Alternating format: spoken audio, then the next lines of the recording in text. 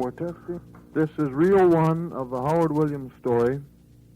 E.C. Orth is the narrator, and the date of the recording is May 26, 1961. What'd you say your name was again? Howard Clinton Williams. Clinton. Clinton, yes. H.C. Williams. H.C., that was a H.C. name by which you're perhaps better known Yeah. than Clinton. And how old are you, Howard? 85. 85, and that means you were born in what year? 76. 1876. 1876. Silver Lake, Minnesota. You told me a minute ago that was the year that Custer had his battle. That's when he lost his men and himself. I wasn't there. You weren't there, you said. No. And when did you come to this area, Howard? Were you born here, or? No, I was born in Silver Lake, Minnesota. In the fall of 78, there was 5 immigrant wagons left Silver Lake, Minnesota, and we drove to Kansas. We stayed in Kansas 2 years, and what little crop we got, the grasshoppers cleaned us out, and we rigged up in the spring of 1880, we rigged up another covered wagon and drove across the plains from Kansas and landed on the Wild Rice River down here on May the 5th. May the 5th? Yeah, 81 years ago. Just about 81 years ago today. 81 years ago past. In other words, you went with your family from Minnesota to Kansas. Kansas first. First. And Stayed then- there 2 years, lived in a dugout for 2 years. What little crop we got, the grasshoppers took. We rigged up another wagon and drove across the plains to the North Dakota Territory. And that, where you stopped, wasn't too far from here, is that right? No, 2 miles east or west of here on the Wild Rice. Over there somewhere where... The old home place, That's yeah. right. My I father's know. homestead. I know where the place is. Somebody told Yeah. me about it. Well, how old were you then when you came to North Dakota? I came here in May and I was 4 in October. You were about 4 years old then? Yes, 4 years old in October. And you remember anything about the trip at all, or what your father told you? Not particularly, I wouldn't say I did. How did they travel? You said they traveled in covered... We had a covered wagon. We had an old team and a young team. An old mule and an old horse, a young horse and a young mule. The young team was 2-year-olds. Brought a Missouri mule from Kansas, huh? You brought a Missouri mule from Kansas. We did. That's what we did. Then, how long do you remember your father saying how long it took them to make the trip from I think Kansas? it was about 3 weeks, maybe 4. 3 or 4 weeks from Yeah, 3 or Kansas. 4, yes. Up. And Brown and I flew back there, come back with a car in less than 14 hours on the same trip. Is that right? 4 years ago. Took Yes. 3-4 weeks for them and 14 hours for you. Yeah, think of that. There's been some changes in methods It's of unbelievable. transportation. He had a sister that took the trip with him. She was 2 years older than him. You had, your wife says you had a sister that made the trip with you? What? Your wife said you had a sister that made the trip with you? Yes. She was 1.5 years older. She died this last winter out in Idaho. I see. And her name Yeah. was, Then we had what was her name, Howard? Florence. Florence. Florence Williams, yes. And then you said you had a...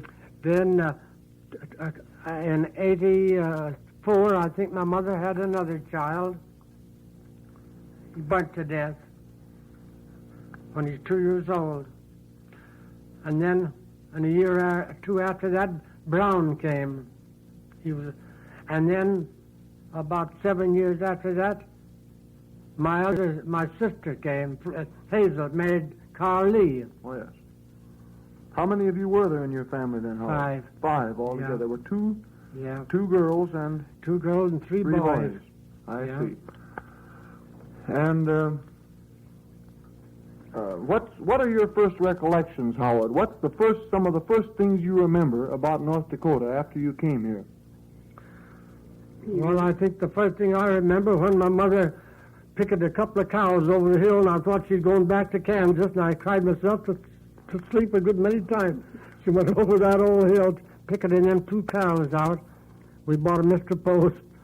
I think that's the most things I can remember at that time. She was going to pick it out a cow, and you thought that she was personally we had leaving no and- pasture, and she had them on ropes, and she went over the hill. And I thought she's going right back to Kansas, but they killed me. Is that right? Yeah. Were you going to say something, Mrs. Williams? I was telling them about the time, how much money they brought with them. They had $300 in gold on their account. Yes, your wife mentioned something about some money that your family brought with them. Yes, we had $300 in gold, besides the old the covered wagon and an old plow. I guess we had along with it. We had $300 in gold, and Mrs. Herman, right across the river, she came the same year we did, a little later, and she said she never saw. My mother was over there, and she said and told her about our gold. Or she says, I never saw a gold piece. Well, she says, Mrs. Herman, you come on over, and I'll show you some of the money. Once she come over, my mother couldn't find the money. I had taken the money, me and my sister had taken the money out someplace behind a couple of big old elm trees down there and playing the store. But I hadn't lost. I'd taken one of her socks and cut the top off and put the $300 down in the foot of her sock. And we were playing store there. That was the first time I remember about that, too. I'll bet there was some concern when the money was gone. I guess there was, too. Money was money them days. Yes. You were playing with the Herman kids, weren't you? What? You were playing with the Herman kids, weren't you? Yes, the two Herman boys, about my age. One older and one a little younger. Well, Yeah. that store playing was definitely a cash transaction then, wasn't it? Yes. That's it was. And some of the things that I've been thinking about, questions I thought I'd like to ask, Howard. In those early days, were you ever in a prairie fire? Were there prairie fires? I understand there was a lot of grass. Was this country cultivated to any degree? Well, we was across the creek from them prairie, but I can remember them prairie fires. You could see them coming for miles. Some of them planes would be 50 to 25 or 30 feet high, and they'd go nearly as fast as a horse could run too. I remember them coming along the side of the creek, but we was on this side of the creek, away from it, you see. And so Yeah. you didn't have any difficulty because of prairie fires then? Not particularly, no. Not we didn't. How about the winters? Were they a Well, hardship? yes, they were. That blizzard of 1888, there was 500 people froze to death in North Dakota territory. The blizzard of 88. In the winter of 1888? Yeah. We was in that, but we was down there in that grove in a good protection, and we didn't really suffer any. But a lot of people out on the prairies that didn't have no protection at all froze to death. Tell them, Yeah. tell them about that house that you put up. Tell them about the house you put up. What, Mama? Tell him about the house you put up. Oh, yeah. Yes. What kind of a house? You mentioned a house. What kind of a house did you winter in there? Practically during the summer, we lived in that covered wagon. But towards the fall, my father went down to Washington and bought enough green lumber. It was green lumber. It wasn't seasoned at all. To put up a house, I should think about 14 by 12 by 14, I think it was. Well, he put it up, and that green lumber shrunk, you understand, and he put on tar paper, but he didn't have enough left to hold the tar paper on. And one of them northwest blizzards come up there one night and blew that off. And when he got up in the morning, there's about a foot of snow in the house. Yes, and everything was froze stiff. And we did have a little green willow wood there to thaw things out. Our cook stove was about the size of this. Just a very small machine. Yes. It was trying times. You didn't live in a sod house. Now. No. The first house that Sod you had, house was pretty comfortable. the sod house was comfortable? Yes, the sod house was comfortable. But the board houses, we didn't have no, the people put up board houses, didn't have no plaster, nothing, and there was just them big old cracks, and the wind blow right through it. That's right. Yes. Yeah. And what about, we talked about the winter weathers. Were there any other winters outside the one of 88 that you especially remember as being bad from the standpoint of snow and cold? Yeah. The winter of 1895 was a terrible winter. We had about 5 foot of snow right on the level. And the jackrabbits couldn't get to any feed. They come in our timber down there, 400 and 500 in a group, looked just like a bunch of sheep. And they fed on the treetops where the snow lifted up above the snow. 500 of them in a bunch. What about the fox and what about the fox and those other animals? Well, what little we had, there wasn't many foxes at that time. But they were awful easy to trap because if anyone trapped them, because they died. That's about they died by the hundred. All the money the settlers had along the river. They trapped mink in the wintertime and a few muskrats. I know my father went out one morning, he'd taken an old head of a critter out and put poison in it, and he come back with 3 or 4 foxes that had ate that and poisoned them and got them. And the fox's hide then was about $6 or $7. That's a whole lot of money. Fox hide is worth. Yes, you bet your life, boy. Worth more than they are today. Yes, it's come in pretty handy, boy. Right. That's about. But our wants were very simple. We raised our own potatoes and our little beggies, and after the second year we was here, we had our own pork, and about all we had to buy was a little sugar and salt. Yes, and flour. When my flour took my father took the first 2 or 3 falls. He took grist over to Cheyenne, over close to Lisbon, there about 3 miles from Lisbon. There's an old coater's mill it was, and got our flour right there. 4 and 5, 6 sacks had run us a year. Well, now at the time that you came with your parents, did a lot of other settlers come with you? Not in particular. See, Post and Harrington, there was the first 2. They came in the fall of '79. We came the next spring in 1880.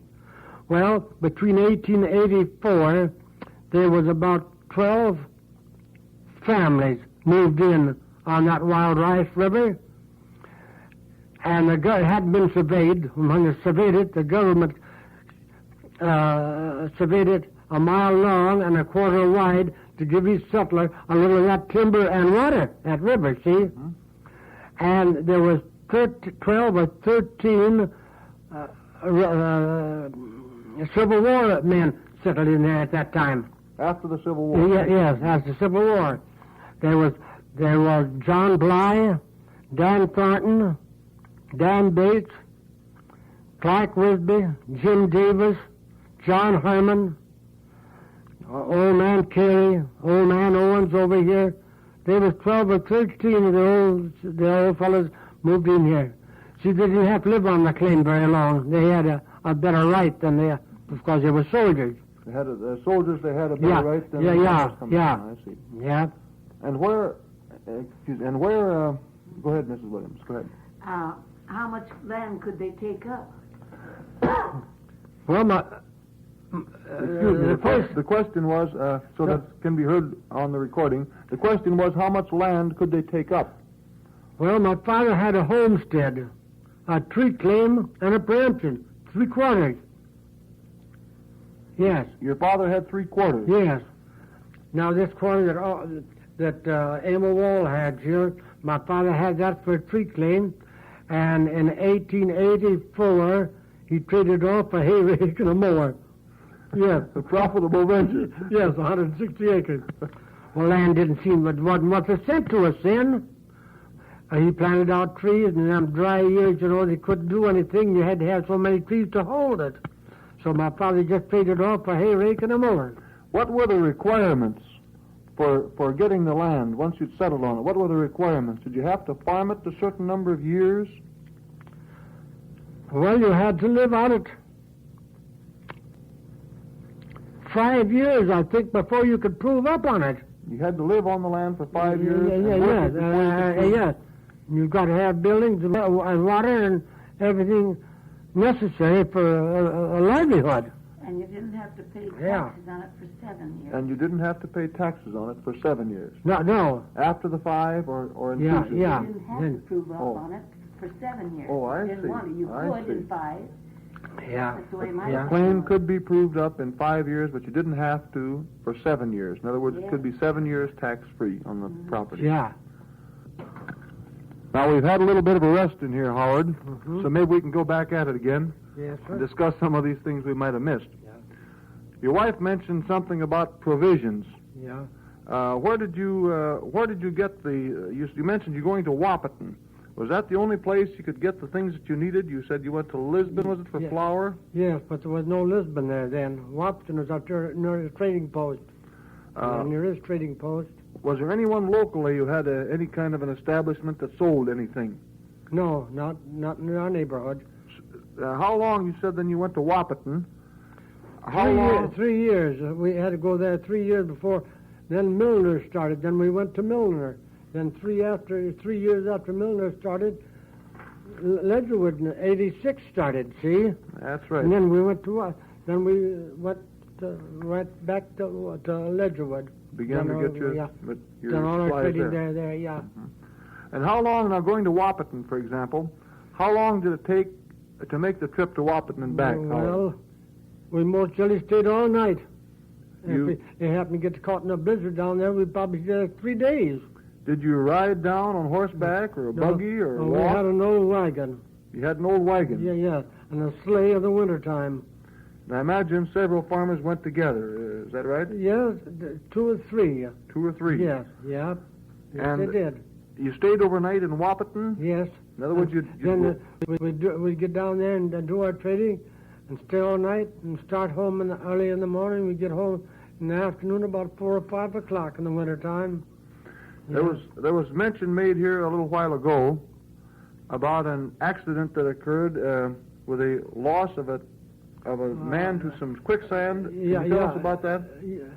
Well, not particularly. I've tried to investigate that at different times, and all I know about it is that he was crossing that stream in the spring of the year, and that quicksand sucked the whole work right down. The monument is there. There's a stone there now. He lost a rig and horses. Yeah, the whole thing went down. The whole thing. Yeah. That's about 10 miles roughly west of Wahpeton. Yeah, 10 or 12 miles west of Wahpeton on that little creek there. Where Highway 13 runs. Yes, No. that's right. That's right. I see. And how about, what did you do about medical care? Well, our mothers was pretty well. My grandmother came with us a year or two after we come here, and she knew all the good remedies of herbs and roots and stuff, and she'd collect them in the fall, and with onions and syrup and one thing or another, she always brought us through pretty well without any other medical aid at all. It was sort of a Yeah. family doctor. Yes, she came was. from the family. Yes, and she was also, if a woman's going to have a baby, they always come and got her or my mother. My mother and her both were good. Yes, so we got along pretty well and pretty cheap, and we didn't lose nobody neither. That's right. I think you mentioned something earlier about someone out here who acted as a doctor. Was there a doctor that moved in or something? No, he wasn't a doctor, but he was pretty well versed on medicine. His name was Mr. Post. Mr. Post. Yeah, Mr. Post. If he got a little fever or something, he'd come down there with a little belladonna or something, he called it, in his vest pocket, and he'd give it to us, and we'd feel better right away. An awful kind old man he was, and he was pretty good too. Yes, He knew his profession. You bet your life he'd come. He would made an awful good doctor if he'd ever had any practice, because it's right in him. Then name was Ezra.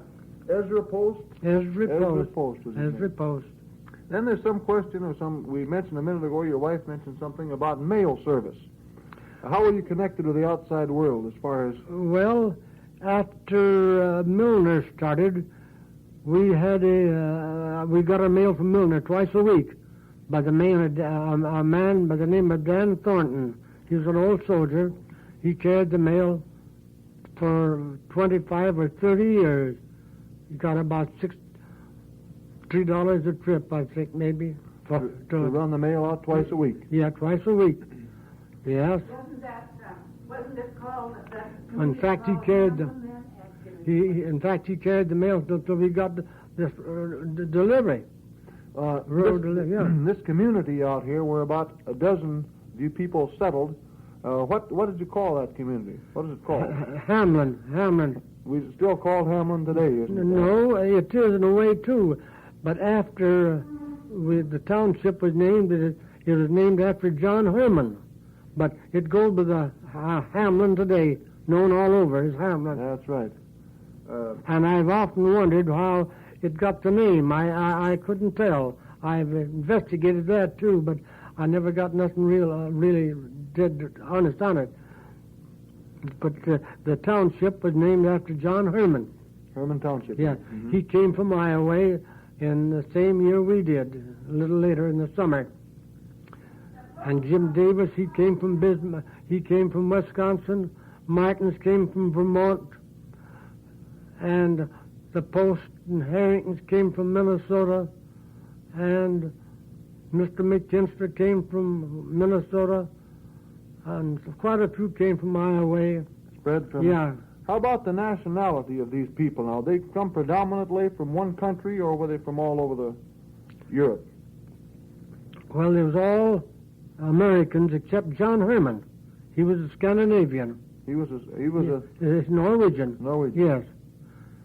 He was a Norwegian. It was an American settlement here. Mm-hmm. And then, how about repairs? I had something that's mentioned about repairs. When things certainly broke in those days, the plow must have given up sometime. This old John Herman was an awful good man in iron. He's the man after who the township was named? Yes, John Herman. People come clear from down south of Lidgerwood. Old man Horwin used to walk up here and carry 6 or 7 plow lays, and old man Herman would sharpen them for him for 25 cents apiece. Mr. Woolwin from South Lidgerwood walked up here with... Walk up here with that and walk back and carry them lays. 12 or 13 miles. Think of that. And he was a man of 60 then.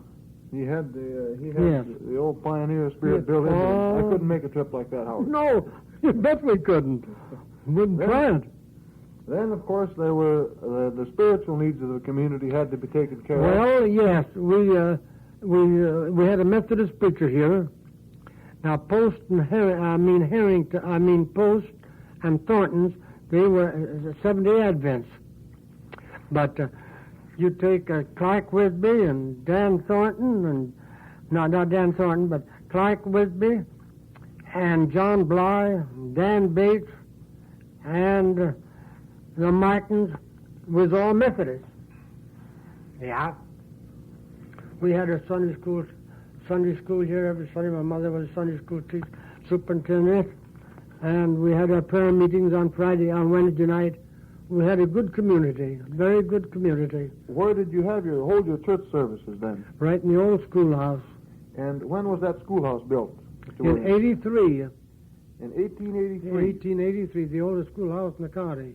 Now that was the first schoolhouse in the whole county. In Richland County, yes. Is that right? In Sargent.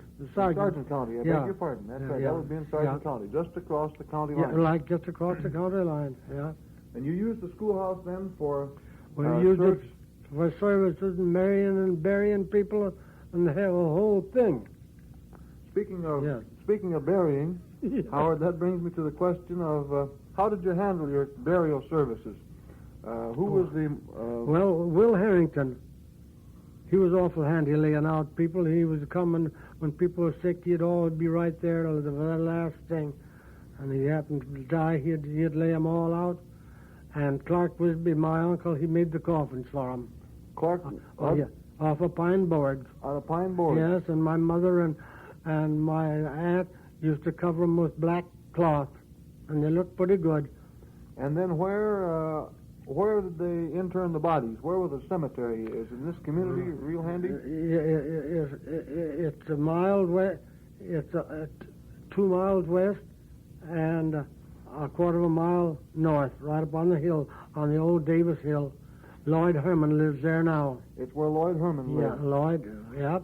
And the cemetery is still there today. It's still there today. I think there's 75 or 80 people buried there too.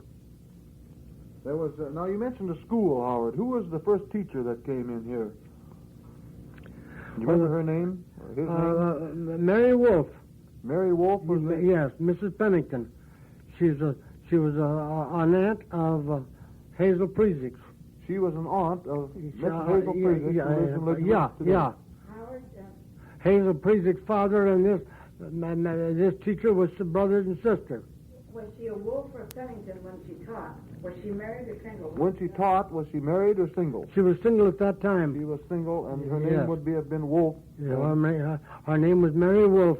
Yes, her A maiden wonderful name. woman. And who built the schoolhouse? Was that a A community man, project? a carpenter by the name of J.S. Gray. J.S. Gray. J.S. Gray, yep. And Yep. We hauled the lumber from Wapaton. and built the school. Yes, it's all built with old square nails. What happened to that school, that original school? What happened to it? Do you know? The what? The original school that you built, what happened to it? Well, it's still here. Is it still standing? It's in good shape too. Is it the... We hold our elections in there, and we have dances and parties in that old schoolhouse. Yes, That's it's in good shape. The one north of the new one, Yes. in the Yeah. Hamlin wooded area. That's it exactly. So I mentioned that, Howard, so that Yeah. it can be pinpointed by other people. So Yes. that they know where it is. Yeah. Then I had a question in my mind about, as soon as you think about pioneers, you think about Indians. Were there any Indians in this area, Mr. Williams, when you Yes. came with your friends? Every fall, there'd be a bunch of Indians come up from down on the reservation. They lived, quite a few family Indians on Lake Tewakan, on Buffalo, there. And they'd come up here in the fall and tent and stay about 10 days to cut this kinnikinick, this red willow, and make tobacco out of it. They come up every fall and done that. They cut red willow. Yeah, red willow, and scrape that. Oh, I can see them old piles of willows that high. Scrape that red stuff, and they dried that stuff and made tobacco, mixed a little tobacco with it. What did they call it? Kinnikinick. Kinnikinick? Kinnikinick. That's Yes. an odd name for something to smoke. Yeah. Kinnikinick. There weren't any hostile Indians here then in the early 1880s when you came. That's what? Were there any hostile Indians here? No. They were all friendly. They're all friendly. What tribe? Do you remember what tribe they belonged The to? Sioux. They were Sioux Indians. The Sioux Indians. There was the Sioux Indians. The Sioux Indians that got Custer. 76. That brings me to another question, Howard. Do you recall any fort being built in this area aside from Fort Ransom and Fort Abercrombie? Were there any other forts built in this area? Military forts? Yeah, Fort Siston down here. Yes. It had a different name originally, didn't it? Yes. Was Yes. called, what was the name of it? I can't recollect. Fort Wadsworth? I wouldn't say it could have I been. believe that's the Yes. name the history gives Yes. it. There was a colored bunch of soldiers there when we came here. Yeah. Do you recall any other fort standing when you came? No, I do not. There's Abercrombie started in 56. and Yeah. then Fort Ransom, of course, Yeah. built up in that area. Yeah.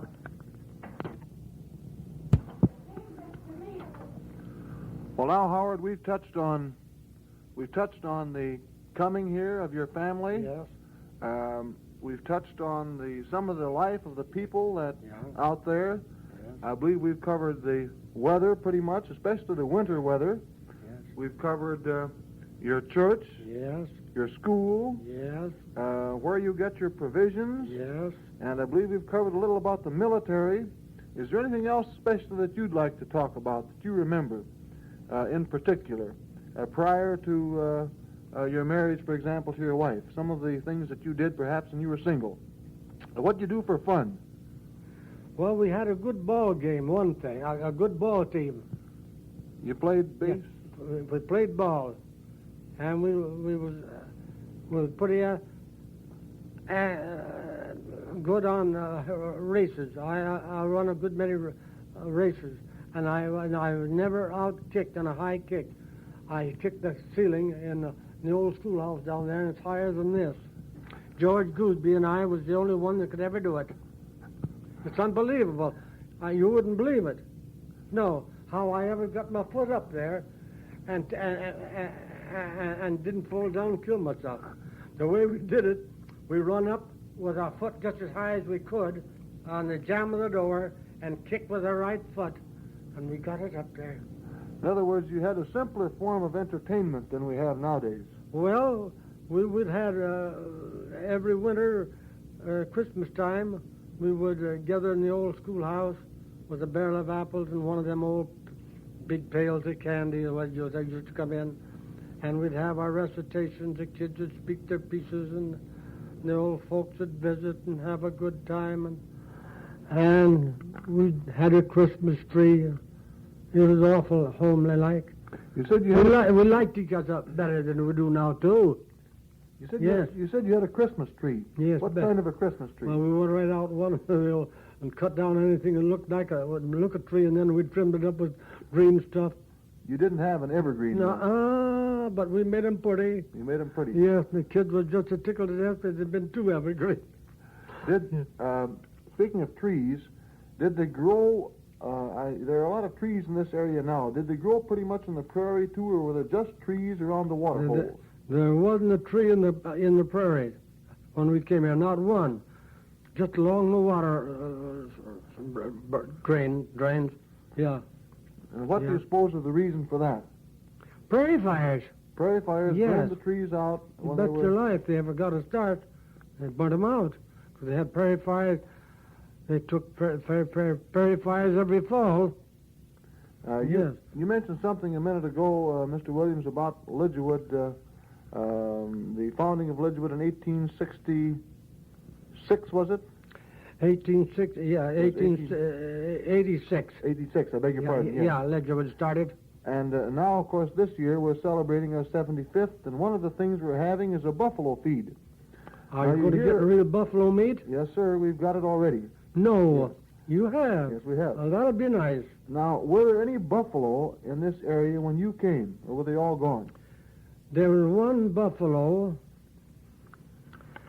that started down southwest of Lidgerwood, and the people run it into a slough down close, I think it is in the Spriggs Lake over northwest of Rutland, and old Holden that had the store at Ransom City, he was one that chased it, and he took the hide and had an overcoat made out of it, and they distribute the meat to the other fellows that help chase it. But that's the only one.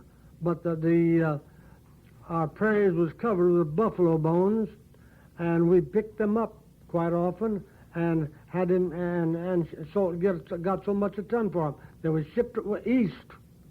Well, how did there happen to be so many buffalo bones on the prairie, Mr. Williams? Well, the hunters had just killed them for their hides and tongue and let them lay there, let the carcass lay there. The carcasses were left to to rot and the carrion was left to the birds. Sure. And the sun and the wind bleached it. The bones was white. What other forms of wildlife were there here at that time? Well, there was elk.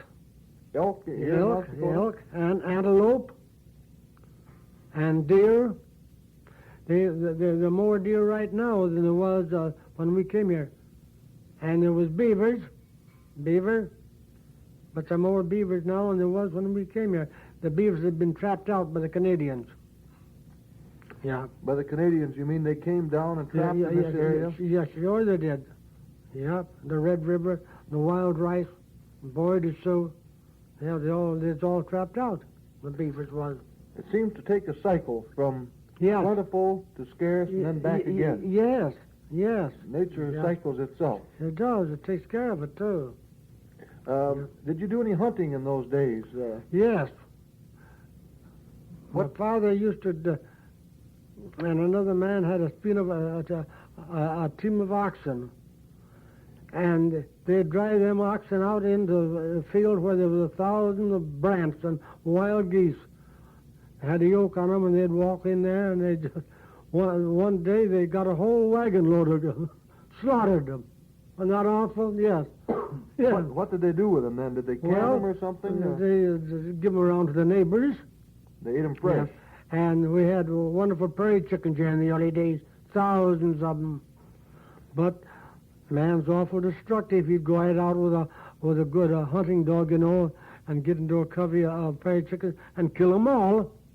He'd kill them all. Now, I don't suppose there are 1,000 in the states or something in the northern part of the state, but there ain't a one in this whole country. There was a pretty bird, too. When did they first have game laws? Do you recall when they first began to control? Not much before 1900. About 1900? Yes. They commenced to see their folly of it. Yes. I'd say about 1900. And I believe at that time, if I recall correctly, someone telling me you were allowed to hunt in the spring and in the fall both. Is that correct? Any time you want to go out with a gun. You just went out and did some hunting. Yeah. When we first came here, the first 3 or 4 years, the wild geese nested around here. But when commenced to civilize it up, they went farther north. Now they go clear up in the northern part of Canada. To avoid civilization. Yes, yeah. There is one other thing, Mr. Williams, we haven't touched on. That's law and order. Who was the law, and how did he get that way? Well, the first settlers here they were pretty well civilized, and they didn't break the law much. There was a God-serving people, and there was good people, and there wasn't much law to it. No. Once in a while, a horse thief would come along and take something, but he most generally got away. How about that? Certainly there must have been some law enforcement agency that represented itself. Now, you said something a minute ago about a sheriff from Sargent County. Yes. What is his name again? His name is Jackson. Jackson? Yes. He was the sheriff in Sargent County. He's the sergeant in Sargent County. And the first sheriff we had in Richland County was old Mr. Proper. He's buried right there north of Lidgerwood in that burying ground. In the cemetery just about 3/4 of a mile north of Lidgerwood on Highway 18 going to Wyoming. Yeah, that's it, right, exactly.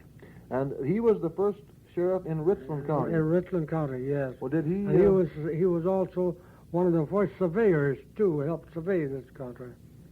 Did he meet the type of a death that an old Western sheriff was supposed to come by, or did he die a natural death?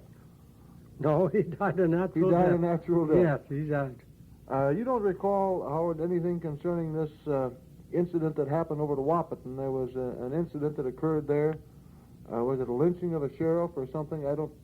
Yes, well, a sheriff was killed there. A sheriff was killed there? Yes. You recall the circumstances? No. Yes, he come out there west of Wahpeton to take some convict, and the fellow was laying behind a barn or behind a haystack, and he killed Sheriff right out. Well, what is that sheriff's name, Mabel? That got shot down there. I forget. Wasn't his name What? Jones? Jones? And I believe later they lynched the man who who shot the sheriff. Isn't that correct? I think. Yeah, I think so too. His name? Do you don't remember the man's name? No, I do not. Well, I recall hearing the incident, and I just wondered if perhaps you remembered something about it. No. So you didn't have a great deal of difficulty then with maintaining law and order? No. Group of God-fearing people. People pretty settled this decent. community. Yes. It's pretty decent. Now, Mr. Williams, a minute ago we talked a little bit about this sheriff at Wahpeton. Yes. And I think now that we've had a brief rest here, the name has come back to you. What was the sheriff's name? Name was Moody. Moody. Sheriff Moody was the man that... they called him Doc Moody. Yes. He was law in the Wahpeton area, and he was the man who this fellow killed. Is that correct? Yes, he was arresting on a convict of some kind, and the other fellow took the drop on him behind some building or a haystack and caught him before he shot him. I just thought we should clear that up. I knew it came back to your memory. Yeah. Then there's another question I had. What year was your house built? The first board house that your father built, was that built the first year that you came here, that fall? That fall, Yes. I see. That fall. You came in the spring, and that house was built in the fall. During the fall. I see. For winter. And then we spent a little time talking about the winters that were here. Were there any outstanding summers from the standpoint of drought or heat? Yes. Do you recall which ones they might be? The summer of 1900, we didn't have no grass or nothing for our cattle. We never pulled a harvester out that year. But in the fall, we had some lanes and grass grew up in the field, some kind of a grass and wild oats and stuff, and we cut that and wintered our stock on it. Fed the cattle whatever you could cut. Yes. And then how about... And our horses during that winter, we turned them out, and they made a living on the prairies. So spring, we'd get them up about the 1st of March and commence to feed them a little grain, but they wintered. After we got through plowing in the fall, we just turned them out, and they run in bunches, no fences or nothing, and they run around hay, straw stacks, and made a good living, and they're in good shape in the spring. Were there any periods that you had a heavy grasshopper infestation? I remember you said that down in Kansas the grasshoppers ate you out, you might say. Did that ever occur here? Yeah, we never had it here, but in Kansas, they just ate everything down. But they did eat the fence posts up. Yes. They weren't as bad here then as they were down there. Yes. We never had it very bad here that I can remember. Then we spent a little time earlier talking about hunting and wildlife. Yeah. There's a question in my mind. What type of firearms did you bring with you from Kansas, or what type did you use My here? father had an old double-barrel muzzle-loading shotgun. Yes. He had caps, and the triggers on the outside. Hammers. And an old ramrod to put the shot and powder down. Yeah, I had an old cap there to put on that tit. The hammer hit it. And that was it. And there was some old rifles at that time, but we didn't have any. I was just going to ask you about the rifles. You often hear that they were so accurate. The old Kentucky rifles are accurate. In your memory, would you say they were as accurate as the firearms you've got now? No, I should think they wasn't. I wouldn't think they was. Oftentimes they wasn't nearly well built, and the material wasn't nearly as good. I would question it, but I wouldn't know. I'm sure you would. That's why I asked the question. Yeah. Then the question also came up in regard to game and hunting. How did you preserve your meat? Did you just eat fresh meat all the time? Well, during the winter, of course, we most generally killed a beef, and we'd hang that up in the tree, and we would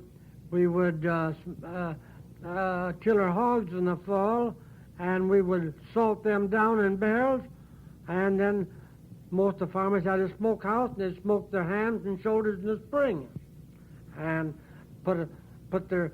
I remember most of them had put their hams in oats to keep it good, keep the flies and stuff away from it, stick it down the oats. Then that takes care of the preservation of the meat supply. I think you said something about getting flour. Now, we've always heard how bread was baked, and the old story of the yeast. What kind of yeast did your mother use? Where did she get it, or how did she preserve it? The first yeast we had, we just went out and got some wild hops around in the trees. And she made yeast out of them. Then after that, after a few years, they come out in yeast cakes, about 2 inches square, and she used that. But as good a bread as I ever ate, I think, was made out of the old wild hop yeast. Made of yeast in the early days. Wild hops. It grew around in vines on trees, and we picked them. That brings us to another question. That's something your wife mentioned a few minutes ago. Wasn't there at one time a grocery store in Hamlin? Yes. My uncle, Jim, Abe Williams, had a little store right there on our farm. He run it there for about 2 years. Then he moved to Milner and run a store there for about 5 years, and then he went from there to Seattle, Washington. That was a new country then. I think he went out there in about 1888 or 9. He was a Civil War man, too. Your wife asked the question if John Herman ever had a store there. John Herman had a little store. It didn't amount to much. Us kids ate his prunes up, and he went out of business. You ate his prunes, and he went out of business in a hurry. No. Yeah. He had 4 or 5 kids, and we had 3 or 4. We'd steal them prunes and apricots. You were definitely full of prunes, were you? Yeah.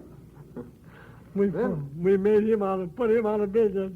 Then, how about the railroads must have played an important part in the progress of the community. When did the railroads come here? The Sioux started here about a year before Lidgerwood started, about 85. My father worked on that railroad with the span of mules from Lidgerwood up to Geneseo in the summer of 85. The Sioux line came in 1885. Yeah. Then when did the Great Northern come in? Was that later? Good deal later? Just a short time afterwards. There's kind of a conflict there between the 2 railroads. That's perhaps the reason why 2 railroads ran so close together for so long a distance. Yeah. And now today they've resolved their differences and they're back on the same track. Yeah. Then, how about some of the offices, the first offices here? You mentioned something a while ago. Who was the first representative from this district? Doc Benedict was our first representative and was our first doctor in Lidgerwood. So he came from New York State, I'm sure, and he had an old horse and a buggy. He done his running around in. He called him Old Immigrant, a great big horse. They didn't have no children. So he had 2 firsts to his credit. He was the first representative and the first doctor. Yes, I'd say he was. And who, do you recall, who was the first superintendent of schools? Mr. House. And W.F. House. Yeah. And that was where? In what year about? When he came? That is about 80... He served from about 86 to into the 90s, I think. He had a brother run a store, too, Frank House, there in Lidgerwood. Run a store there. His initials is on that old brick building yet on the west side of town there. Frank House. Well, I've got just a few more questions I'm going to ask you, Howard, and then we're going to call it quits here. I'm sure you're getting tired, and we could go on here the rest of the evening. There's been some mention made about a particular 4th of July celebration over in the Lisbon area. What can you tell me about that? What made that so important? Well, what did you go there for? It seems like we were more loyal then than the generation is today. We appreciate the 4th of July and what it meant for the common people, and we took more interest in it. We went there as a body, and everybody seemed to be happy. And we'd go there. We'd take our ice cream with us, our old-made ice cream, and have a lunch, and probably we'd stay there, go down the 3rd, and be there early in the morning.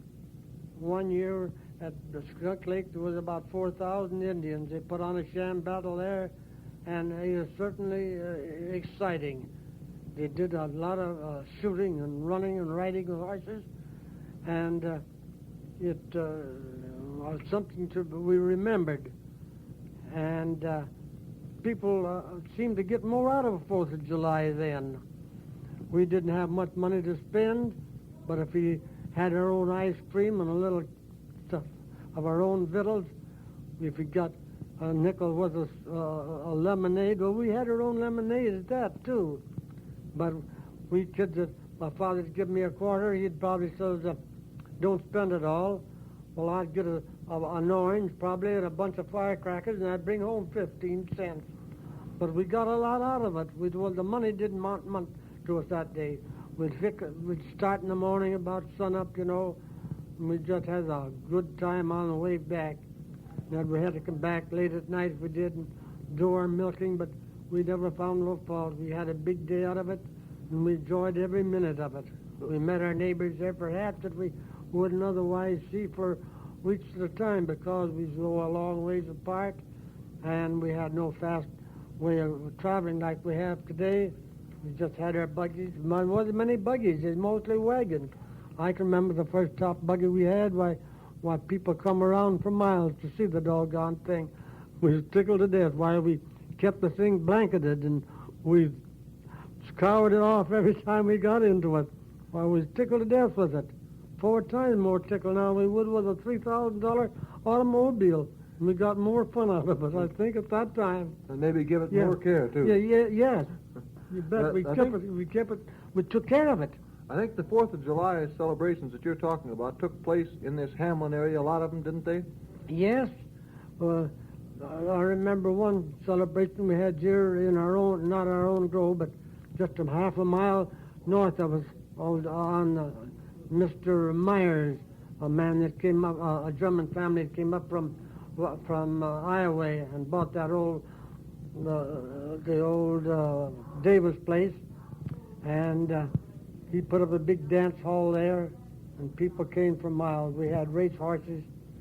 We run them out on the road there. We had foot races for the boys and girls, and we had it was right on the river. We had a device there that we sewed.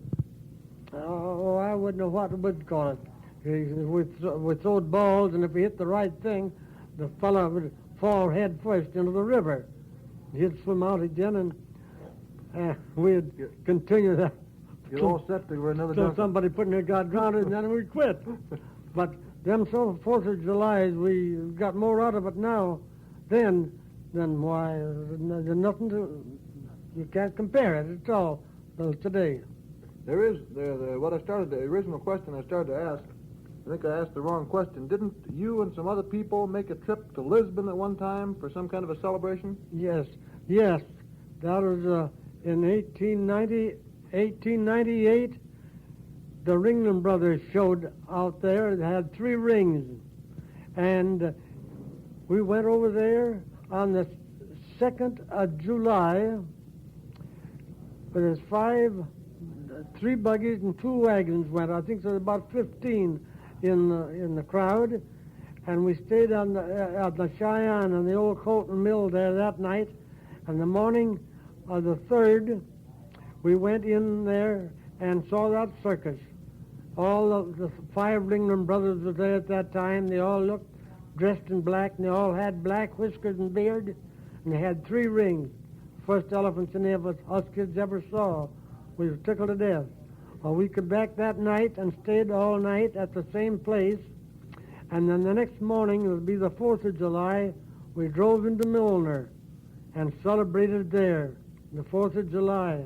We had horse racing and trotting races and everything. And we had a wonderful time. We came back and got home about 4 o'clock the next morning. We was ready to go to work the next day out in the field. You mean you traveled about 50 miles one way Yes. to take in a circus? Yes. And then back by way of Milner to take in a 4th of July celebration there Yes, before we coming did. back and going to work. Yes. We wasn't played out neither. Well, Howard, I'm sure that you have a good many more things you could tell us, and the evening is wearing on, and I'm sure it's tiring to you. And I say the evening is wearing on, and I'm sure this is tiring to you. I know it must be. Yes. But I wonder if we have your permission to print this in the pamphlet form and to retain this tape for people to hear in the future. Read later on. That's right. Yes. Well, it's been a real pleasure talking to you,